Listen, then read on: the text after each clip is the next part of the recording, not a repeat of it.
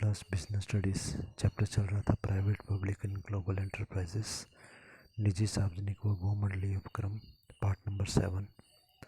Difference हम कर रहे थे डिपार्टमेंट अंडरटेकिंग, पब्लिक कॉरपोरेशंस और गवर्नमेंट कंपनी के बीच में, विभागीय उपक्रम, सार्वजनिक निगम और सरकारी कंपनी के बीच में। 3 पॉइंट हमने डिस्कस किए थे। 4th पॉइंट पर हमारा आते हैं जो है हमारा नियंत्रण या फिर प्रबंध, कंट्रोल और मैनेजमेंट। नियंत्रण या कंट्रोल की हम बात करें तो जो हमारा विभागीय उपक्रम या डिपार्टमेंट अंडरटेकिंग होते हैं ये उस संबंधित मंत्रालय द्वारा व्यवस्थित होते हैं। It's govern by the concern ministry, जिस मिनिस्ट्री या मंत्रालय के द्वारा इनको बनाया गया वही इसको कंट्रोल करता है, वही इसको चलाता है। जबकि सार्वजनिक निगम या पब्लिक कॉरपोरेशन की बात करें तो इसका प्रबंध जो होता है, मैनेजमेंट जो होती है वो संचालकों द्वारा मतलब डायरेक्टर्स के द्वारा होती है और इन डायरेक्टर्स को सरकार जो है वो चुनती है, नियुक्त करती है। It's manage by the directors वो are ultimately appointed by the government. उसके बाद में थर्ड गवर्नमेंट कंपनी की बात करें, इसमें अधिकांश संचालक या डायरेक्टर जो होते हैं, अधिकांश मतलब मैक्सिमम डायरेक्टर जो होते हैं वो सरकार के द्वारा नियुक्त होते हैं। Maximum directors are appointed by the government. 5वां पॉइंट हमारा है पूंजी या फिर capital.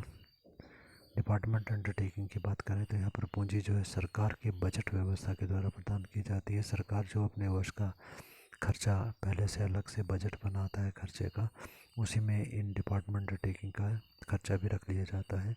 Capital is provided by the government in its budget. Public corporation की बात करें, सार्वजनिक निगम की, तो इसमें जो प्रारंभिक पूंजी होती है, इनिशियल कैपिटल जो होता है, प्रारंभ में जो पूंजी लगाई गई होती है वो सरकार के द्वारा लगाई जाती है। Initial capital is provided by the government. सरकारी कंपनी की बात करते हैं तो न्यूनतम 51% अंश दत्त पूंजी जो होती है सरकार द्वारा लगाई जाती है। Minimum 51% of the paid up capital is invested bye the government. वैधानिक स्थिति अगला पॉइंट हमारा, लीगल स्टेटस क्या होता है, कानून के अनुसार स्थिति क्या होती है। तो विभागीय उपक्रम जो हमारे होते हैं ये सरकार के विभाग, डिपार्टमेंट या मंत्रालय, मिनिस्ट्री का हिस्सा होते हैं। These are the parts of the government department और द मिनिस्ट्री। सार्वजनिक निगम या पब्लिक कॉरपोरेशन की हम बात करें तो इसका अलग वैधानिक अस्तित्व होता है, कानूनी रूप से ये अलग होती है, it has a separate legal entity. सरकारी कंपनी की बात करें तो इसका पृथक वैधानिक अस्तित्व होता है, its existence is legally separate. 7वां पॉइंट है स्वायत्ता या ऑटोनॉमी। स्वायत्ता मतलब स्वतंत्रता। जो डिपार्टमेंट अंडरटेकिंग्स होते हैं इनको कार्य करने की स्वतंत्रता नहीं होती, they don't have liberty to work independently. जैसे गवर्नमेंट कहेगी उसके अनुसार ही इसको कार्य करना होता है। जब हम बात करते हैं पब्लिक कॉरपोरेशंस की, इसमें दिन प्रतिदिन के कार्य के लिए काफ़ी स्वतंत्रता हमारे को होती है। They have too much freedom, liberty regarding their routine work. Government company की बात करें यहाँ पर स्वायत्ता कुछ कम होती है, दे हैव लेस लिबर्टी। अगला पार्ट हमारा है उपयुक्तता या सूटेबिलिटी, किस प्रकार के व्यवसाय के लिए सूट करते हैं या उपयुक्त होते हैं। तो सबसे पहली बात हम करते हैं डिपार्टमेंट अंडरटेकिंग की या विभागीय उपक्रम की। तो जहाँ पर राष्ट्र की सुरक्षा की बात हो, सेफ्टी की बात हो, जन उपयोगी सेवाएं, जन उपयोगी मतलब पब्लिक सर्विसेज की बात जहाँ पर हम कर रहे हैं, जहाँ पर की गुप्तता आवश्यक होती है, सीक्रेसी मेंटेन करनी होती है, वहाँ पर डिपार्टमेंट अंडरटेकिंग सही होते हैं। Corporations where the secrecy is necessary with the national security and the public welfare services. Public corporation या सार्वजनिक निगम की बात करें तो औद्योगिक व व्यावसायिक संस्थाएं, औद्योगिक क्या होती है, इंडस्ट्री, जहां वस्तुओं का निर्माण कच्चे माल से, रॉ मटेरियल से किया जाता है। और व्यावसायिक संस्थाएं मतलब जो बना बनाया सामान लाती हैं उसको बेचती हैं, व्यवसाय या ट्रेड करती हैं। चाहे हमारी औद्योगिक संस्थाएं, व्यावसायिक संस्थाएं जो भी राष्ट्र के महत्व के लिए होती हैं वो पब्लिक कॉरपोरेशन के लिए सूट करती है। Industrial and the business organizations which are of the social importance of the national importance may be started in the form of the public corporation. Government company या सरकारी कंपनी की हम बात करें, वही चीज़ औद्योगिक और व्यावसायिक उपक्रम, उपक्रम मतलब संस्थाएं, औद्योगिक मतलब चाहे हम फैक्ट्री की बात करें, व्यावसायिक मतलब बिजनेस हाउसेस की बात करें, जिन्हें देशी और विदेशी पूंजी में की भागीदारी चाहिए। चाहे देशी पूंजी चाहिए और लोगों की, चाहे विदेशी पूंजी चाहिए, उसके लिए सही रहेगा। सो industrialist or the business organizations which require the national and the international participation of the capital may be formed in the form of government company. 9th point हमारा है लोच में कार्य में लोच या flexibility in the operations. Department undertaking की बात करें तो कार्य में थोड़ी बहुत लोच होती है. There is a bit of flexibility in the working. Public corporation की बात करें, सार्वजनिक निगम की बात करें तो यहाँ पर कार्य में काफ़ी लोचशीलता मतलब परिवर्तन करने की संभावना.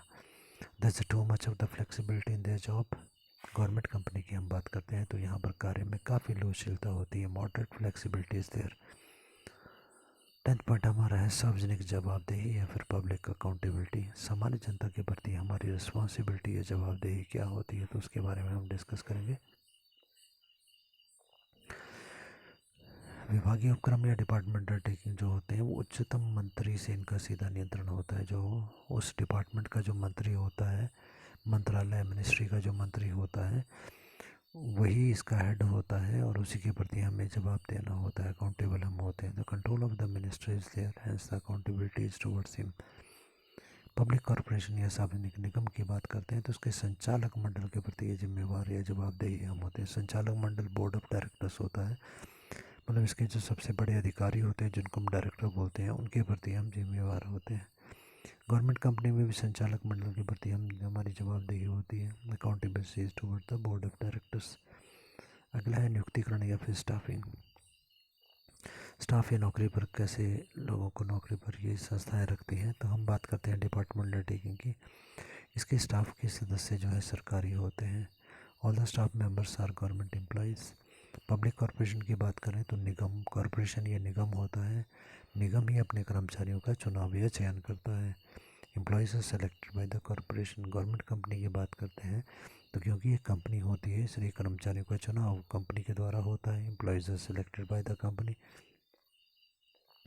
नेक्स्ट हेडिंग हमारा है सार्वजनिक क्षेत्र का बदलता स्वरूप अथवा उदारीकरण एवं निजीकरण को प्रोत्साहन. कुछ भी पूछा जाए. Changing role of the public sector और the liberalization and incentive of the privatization. यहाँ पर हम डिस्कस कर रहे हैं कि सार्वजनिक निगम के तौर पे जो भी संस्थान खोले गए सरकार उनको प्राइवेटाइजेशन मतलब जो निजीकरण करना चाहती है, प्राइवेट कंपनीज में कन्वर्ट करना चाहती है. इसके बारे में हम थोड़ा सा डिस्कस करें तो स्वतंत्रता प्राप्ति के बाद सरकार ये चाहती थी कि निजीकरण पर कुछ प्रतिबंध हो. देश के विकास के लिए, अर्थव्यवस्था का विकास करने के लिए उनका उद्देश्य, जिनका कि उद्देश्य लाभ कमाना ही ना रहे बल्कि समाज की सेवा करना भी हो. मतलब अर्थव्यवस्था का विकास करने के लिए हम इनको बनाया था. सार्वजनिक उपक्रमों को लाभ कमाने के लिए नहीं बनाया था. और नियमित औद्योगिक विकास करना, लगातार उद्योगों का विकास हो इसलिए बनाया गया था. प्राइवेट कंपनियों के एकाधिकार को समाप्त करने के लिए बनाया गया था. और धन के एकीकरण या फिर सेंट्रलाइजेशन ऑफ द फंड्स, इसको रिमूव करने के लिए भी इसको बनाया गया था. कि कुछ लोगों के पास बहुत ज़्यादा पैसा था, बाकी लोग गरीब थे, इसलिए इसको बनाया गया. इसके लिए औद्योगिक विकास एवं नियमन अधिनियम 1951 पास किया गया. अब सरकार की नीति में परिवर्तन आया. प्रतिबंध जो लगाए गए थे, रिस्ट्रिक्शन जो लगाई थी प्राइवेट सेक्टर के ऊपर, उसको थोड़ा सा ढीला किया गया जिससे निजी उद्योगों का भी विकास होने लगा. और इस प्रक्रिया को ही उदारीकरण या फिर लिबरलाइजेशन कहा गया. सरकार के उदारीकरण की नीति के कारण क्या थे, किन कारणों से उदारीकरण के बारे में सोचा गया. पहला पॉइंट है अपेक्षाओं का पूरा ना होना, बिलाइड एक्सपेक्टेशंस. 100 से अधिक जो पब्लिक सेक्टर एंटरप्राइजेज जिसको हम PSC बोलते हैं निरंतर घाटे में चलती रही. 13 मार्च 2000 को कुल निवेश मतलब जितना भी पैसा इन कंपनीज में लगा हुआ था उसका लाभ केवल 3.74% ही हुआ. तो यहाँ पर एक्सपेक्टेशन जो थी वो ब्लेड हो गई, देरी हो गई, उनमें पूरा नहीं कर पा रहे थे हम लोग. इसी प्राइवेट सेक्टर को देने का विचार आया. दूसरा पॉइंट है एकाधिकार की समाप्ति, एंड ऑफ द मोनोपोली. पहले हमारे जो आधारभूत और मूल उद्योग थे जिनको कोर एंड बेसिक उद्यम या फिर एंटरप्राइजेस हम कहेंगे, केवल सार्वजनिक क्षेत्र में ये थे. आधारभूत और मूल का मतलब बेसिक नीड्स हमारी जो होती हैं जैसे रहना, ट्रांसपोर्टेशन, खाना इत्यादि. 1991 के बाद एकाधिकार को धीरे धीरे समाप्त किया गया और अब पब्लिक पब्लिक सेक्टर एंटरप्राइजेज हमारे जो हैं इनका केवल रेल और अणुशक्ति एटॉमिक पावर पे ही एक अधिकार है, बाकियों में धीरे धीरे प्राइवेटाइजेशन किया गया। थर्ड पॉइंट है विनिवेश में प्रगति, प्रोग्रेस ऑफ द डिसइन्वेस्टमेंट। अब डिसइन्वेस्टमेंट या विनिवेश का क्या मतलब, निवेश करना होता है, इन्वेस्टमेंट का मतलब होता है पैसा लगाना, और विनिवेश या फिर डिसइन्वेस्टमेंट का मतलब होता है पैसा लगाया हुआ निकाल लेना। तो सरकार अब अपने पैसे को निकाल रही है और धीरे धीरे इन कंपनियों को, प्राइवेट सेक्टर को दे रही है। तो जैसे जैसे ही हो रहा है तो तब किसका प्रभाव क्या होगा यहाँ पर, क्योंकि श्रमिक इसका विरोध करते हैं। श्रमिक नहीं चाहते कि सरकारी कंपनियों को प्राइवेट कर दिया जाए, क्योंकि फिर इनका शोषण किया जाएगा। राजनीतिक अधिकारी वर्ग अधिकारी वर्ग जो होते हैं वो भी इसका विरोध करते हैं। उसका कारण ये बताया जाता है कि बहुत सारे लोग जो हैं वो इन कंपनियों के बंद होने के कारण बेरोजगार हो जाएंगे। फोर्थ पॉइंट है कर्मचारियों की संख्या एवं व्यवहार में परिवर्तन। कर्मचारियों की संख्या एवं व्यवहार में परिवर्तन, change in the staff strength and attitude. पिछले कुछ वर्षों में पब्लिक सेक्टर एंटरप्राइजेज जो थे उनमें सुधार हो रहा है। कुछ लोग स्वेच्छा से ही अवकाश ग्रहण करने की योजना अपना रहे हैं, जिसको हम बोलते हैं वॉलंटियर रिटायरमेंट स्कीम। उसके कारण खुद लोग रिटायर हो रहे हैं, जिसके कारण कर्मचारियों की संख्या घट रही है, और सरकार ने तो इन ऑर्गेनाइजेशंस में नई भर्ती जो है उसको बिल्कुल ही बंद कर दिया। पांचवा पॉइंट है निष्पादन में सुधार या इम्प्रूवमेंट इन द परफॉर्मेंस। विश्व स्तर पर वर्ल्ड लेवल का जो कंपटीशन उसमें टिके रहने के लिए हमारे को अपनी क्वालिटी में सुधार करना होगा, जो कि सार्वजनिक उपक्रम में नहीं हो पा रहा था। 6 पॉइंट है बीमार उपक्रमों के पुनर्निर्माण एवं पुनर्निवास पर बल, emphasis on the revival and the rehabilitations. वो पब्लिक सेक्टर एंटरप्राइजेज जिनका कि पुनर्निवास संभव नहीं होता, जो बहुत ही बुरे तरीके से बीमार हैं, ऐसे जो उद्योग हैं बहुत घाटे में जा रहे हैं, बीमार होने का मतलब घाटे में जो उद्योग जा रहे हैं, उनको board of industrial and financial reconstitution BIFR को सौंप दिया गया। वो इसको आगे संभालने की कोशिश करेगा। 7 पॉइंट है राष्ट्रीय नवीनीकरण कोष की स्थापना, establishment of the national renewal fund. यदि किसी कारणवश कुछ सरकारी इकाइयाँ बंद हो जाती हैं, सरकारी इकाइयाँ मतलब कंपनियाँ बंद हो जाती हैं, तो कुछ कर्मचारियों को अतिरिक्त घोषित कर दिया जाता है। अतिरिक्त मतलब सरप्लस या फालतू घोषित कर दिया जाता है। ऐसे कर्मचारियों को पुनः प्रशिक्षण देना, पुनः ट्रेनिंग देना और उनको नई जगह पर नियुक्त करने की सहायता हेतु 1992 में नेशनल रिन्यूअल फंड बनाया गया। 8 पॉइंट हमारा है निजीकरण, उदारीकरण, वैश्वीकरण की प्रक्रिया पर बल, emphasis on the privatisation, liberalisation and globalisation.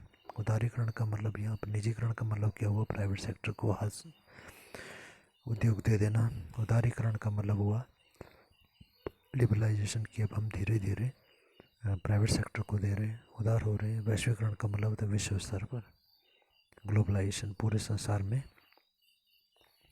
International level पर व्यवसाय को कार्य करने के लिए प्रेरित करना। इन तीनों से ही आर्थिक सुधार या इकोनॉमिक डेवलपमेंट होती है देश की। और जब आर्थिक सुधार होता है तो उसके परिणाम स्वरूप किन चीज़ों की हमारे को प्राप्ति होती है उसके बारे में हम देखें तो परिणाम स्वरूप पहला पॉइंट दिया गया, जब ये उदारीकरण की नीति अपनाई गई, वैश्वीकरण की प्रक्रिया पर बल दिया गया, निजीकरण हमने अपनाया, तो उससे विदेशी मुद्रा भंडार में वृद्धि हुई। फॉरेन करेंसी रिजर्व जो थे वो हमारे इंक्रीज़ हो गए। हमने जो निर्यात किए थे उससे जो करेंसी फॉरेन की आई हुई थी, हमारे पास काफ़ी ज़्यादा करेंसी इकट्ठी हो गई जो हमारे देश के हित में था। सेकंड पॉइंट है विदेशी विनियोग में भारी वृद्धि हुई। Foreign investment is increased a lot. विदेशी लोगों ने हमारी कंपनी में पैसा काफ़ी लगाना प्रारंभ किया, जिससे विदेशी विनियोग हमारी कंट्री में आया। थर्ड, राजकोषीय घाटे में कमी हुई। Governments adverse balance reduced. राजकोषीय घाटा मतलब सरकार को जो घाटा पड़ रहा था पब्लिक सेक्टर एंटरप्राइजेस के कारण, क्योंकि अच्छे से कार्य नहीं कर रहे थे, तो जब धीरे धीरे इसको प्राइवेट सेक्टर को दिया गया तो वो घाटा धीरे धीरे पूरा होने लगा। अगला पॉइंट है विदेशी व्यापार में वृद्धि हुई है। Foreign investment business has increased. विदेशी व्यापार बढ़ गया, विदेशों में हम सामान बना के बेचने लगे तो इससे विदेशी व्यापार बढ़ेगा। पाँचवा पॉइंट है विकास की दर में वृद्धि हुई। Development rate increased. देश का विकास जो था बहुत तेज़ गति से होने लगा। छठा पॉइंट है मुद्रास्फीति की दर में कमी हुई, इन्फ्लेशन रेट डिक्रीज्ड। मुद्रास्फीति का मतलब होता है जब बाजार में सभी वस्तुओं के मूल्य में बढ़ोतरी होने लगती है, सभी वस्तुओं का मूल्य बढ़ने लगता है, तो इससे वस्तुओं के मूल्य में बढ़ोतरी हुई, लाभ हुआ व्यवसाय के मालिकों को। मुद्रास्फीति कब होती है? जब उत्पादन कम होता है, ठीक है, वस्तुएं कम बन पा रही हैं और ख़रीदने वाले लोग ज़्यादा हैं। जब खरीदने वाले लोग ज़्यादा हो जाते हैं तो ऐसी कंडीशन में क्या होता है कि मांग ज़्यादा है, खरीदने वाले ज़्यादा हैं, वस्तुएं हमारे पास कम है, तो हम यही बोलेंगे भाई जो ज़्यादा मूल्य देगा हम उसको ही देंगे, और इस स्थिति को मुद्रास्फीति या फिर हम लोग इन्फ्लेशन बोलते हैं। तो पहले वस्तुएं कम होती थी, अब प्राइवेट सेक्टर को दिया गया तो उत्पादन बढ़ गया, और जब उत्पादन बढ़ेगा तो अपने आप ही वस्तुओं की कीमत कम होने लगेगी। सेवन पॉइंट है निर्यात में भारी वृद्धि हुई। अभी हमने कहा कि जो वस्तुएं हमने बड़े पैमाने पर बनाई प्राइवेट सेक्टर होने के कारण, अब उसको हमने फॉरेन में बेचना शुरू किया। आठवां पॉइंट है भारतीय बाजार का वैश्वीकरण हुआ। Indian market has globalised. जो मार्केट हमारी थी, पहले देश में ही हम सामान बेचते थे, अब पूरे विश्व में भी हमारी बिक्री होने लगी। नाइन्थ पॉइंट है टेक्नोलॉजी या तकनीकी में भारी परिवर्तन आया। Technology changed. जब विदेशों से हम व्यापार करते हैं तो विदेशी तकनीक भी हमारे देश में प्रवेश करती है, वो मशीनें, आधुनिक मशीनें हम भी लाते हैं, उससे उत्पादन प्रारंभ करते हैं। 10th पॉइंट है अंतर्राष्ट्रीय बाजार में भागीदारी में वृद्धि हुई। Share in the international market increase. अंतर्राष्ट्रीय बाजार में हमारा भागीदारी मतलब हमारा शेयर बढ़ गया। विदेशों में जो बाकी देशों की चीज़ें बिकती थी, अब हमारे देश की चीज़ें भी अधिक मात्रा में बिकने लगी, क्योंकि प्राइवेट सेक्टर में उनकी क्वांटिटी, मात्रा और क्वालिटी, गुण दोनों में सुधार होता है वस्तु की। 11th पॉइंट है संसाधनों के शेषतम व कुशलतम उपयोग संभव हुआ। It has become possible to utilise the resources up to the maximum extent and efficiently. जितने भी हमारे पास संसाधन मतलब resources, land, building, plant, machinery, जो भी कुछ हमारे पास था, इसका हम बहुत अच्छे तरीके से प्रयोग करने लगे, क्योंकि प्राइवेट सेक्टर में यही ध्यान रखा जाता है कि जो कुछ भी है उसको बढ़िया तरीके से प्रयोग करो। 12th पॉइंट है आर्थिक विकास की गति बढ़ी। Speed of the economic development increase. जब देश में पैसा खूब आया विदेशी व्यापार इत्यादि के माध्यम से, तो देश का विकास हुआ। 13th पॉइंट है उपभोक्ताओं का जीवन स्तर ऊंचा हुआ। स्टैंडर्ड ऑफ द कस्टमर्स और कंज्यूमर्स रेस्ड। ग्राहक जो हमारे होते हैं उनको अच्छी क्वालिटी की वस्तुएं कम कीमत पर मिलती हैं, तो उनका जीवन स्तर ऊंचा होता है। 14th पॉइंट है प्रतियोगिता में वृद्धि हुई। Competition increased. प्रतियोगिता बढ़ जाती है, कंपटीशन बढ़ जाता है। विदेशी कंपनियां भी जब आने लगती हैं तो हमारे को मार्केट में टिके रहने के लिए वस्तुओं की क्वालिटी में सुधार करना ही पड़ता है। 15th पॉइंट है हमारा अधिक विदेशी संबद्धता प्राप्त हुई। मोर फॉरेन कोलेब्रेशन इंक्रीज्ड। विदेशी व्यापार में जब वृद्धि होती है, हमारा स्टैंडर्ड बढ़ता है, कंपनियों का लेवल जो है वो इंक्रीज़ होता है, तो विदेशी कंपनियां भी कई हमारे पास आती हैं और बोलती हैं कि हम मिलकर के काम करते हैं। इसको हम कोलैबोरेशन या फिर संबद्धता बोलते हैं। नेक्स्ट हेडिंग हमारा है सार्वजनिक क्षेत्र में भावी भूमिका। Future role of the public sector enterprises. Public sector enterprises हमारे जो होते हैं, सार्वजनिक निगम जो होते हैं, इससे देश में आत्मनिर्भरता आई, देश आत्मनिर्भर हुआ। सरकारी निवेश और मार्गदर्शन चालू रहे, ये भी प्रयास किया गया। ऐसा नहीं है कि टोटली इसको हम लोगों ने ख़त्म कर देना है सरकार का इसमें रोल, बल्कि निजी उद्योगों को हमने सौंपना है, पर अपना सरकार का नियंत्रण भी इसमें रखना है। सरकार का निवेश थोड़ा बहुत उसमें पैसा जो है लगा रहेगा, सरकार मार्गदर्शन भी करती रहेगी, ये आवश्यक हो जाता है देश के आर्थिक सुधार के लिए। अलाभकारी इकाइयों को, अलाभकारी मतलब ऐसी कुछ पब्लिक सेक्टर एंटरप्राइजेज, सरकारी कंपनियां जो लाभ में नहीं जा रही थी, हानि में जा रही थी, उनको हमने अलाभकारी इकाइयाँ, यूनिट्स या कंपनीज कहा। अलाभकारी इकाइयों को निजी क्षेत्र को बेचने की जगह पे हम ऐसा कर सकते हैं कि निजी लोगों को इसका भागीदार बना दिया जाए कि आप आएँ, इसमें हिस्सा थोड़ा सा लें, थोड़े शेयर खरीदें और इस कंपनी को अच्छे तरीके से चलाएं, पूर्ण रूप से उसे ना बेचा जाए। नेक्स्ट हेडिंग हमारे को दिया गया सार्वजनिक उपक्रमों के संबंध में नीति परिवर्तन। Policy change in the public sector. सरकार की नीति निजी उपक्रमों को बढ़ावा देने की है और सार्वजनिक उपक्रमों को बंद करने की नहीं, बल्कि सीमित करने की है। जो सार्वजनिक उपक्रम घाटे में चल रहे हैं उन्हें निजी उद्योगपतियों के साझे में चलाना है, कि उनके साथ मिल करके हम इसको चलाएंगे।